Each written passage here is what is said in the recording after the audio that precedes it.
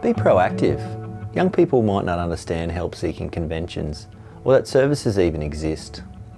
Assertive approaches can be used, things like outreach in familiar places where young people hang out or putting on free events for the target group. These approaches are often informal and non-threatening. Not all agencies are able to deliver outreach services, but it's a really good idea to network with those services who do provide outreach or get along to those free events for young people so that young people get to know yourself and your service.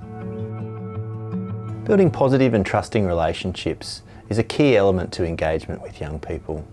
It's really important you demonstrate respect and engage young people in a process where they're able to determine and participate in their plans and goals. Providing practical support can be a great way to engage young people as they can see a tangible outcome quickly. This can be really useful in the early sessions. For example, you could link a young person into a housing or legal service even though it isn't the primary focus of your agency setting. It's important to use these opportunities to build young people's skills and abilities as they navigate the service system. By encouraging them to do this, you're helping young people to develop solutions and options of their own.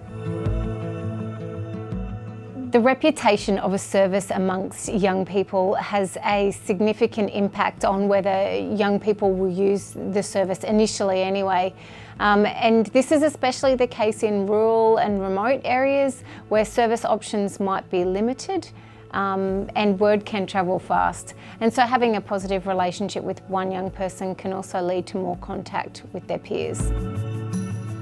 Confidentiality can be a major concern for some young people. They might not understand the limits of confidentiality or where the lines are, and it's really important that we explain this to them early on in the engagement process in a way that they understand.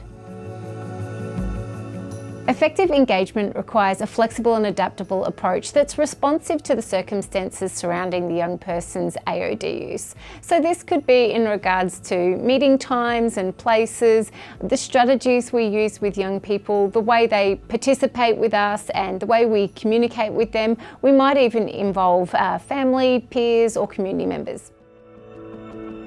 A lot of the young people we work with in alcohol and drug treatment have experienced backgrounds of trauma and abuse. One of the practice approaches to help address this is providing a safe space. That means a physically safe space, which could be a space where a young person can recover from the effects of intoxication or be safe from violence and exploitation. But it also means an emotionally safe space where a young person can feel comfortable to share their thoughts and their feelings and explore some opportunities to change their behaviour. One of the best ways to provide culturally secure services to Aboriginal and Torres Strait Islander young people is to employ Aboriginal and Torres Strait Islander staff in your organisation. Where that's not possible, non-Indigenous staff should reach out to local Aboriginal and Torres Strait Islander services and workers, listen to the local community, form links with elders, show up to community events, and try to demonstrate a genuine commitment to learn about the local Aboriginal and Torres Strait Islander culture that your service might be working in. A service doesn't have to be youth specific to be youth friendly, but it does have to be attuned to the experiences of the young people. Having said that, adults quite often get this wrong and do things like put posters on angles and think that's cool and youth friendly.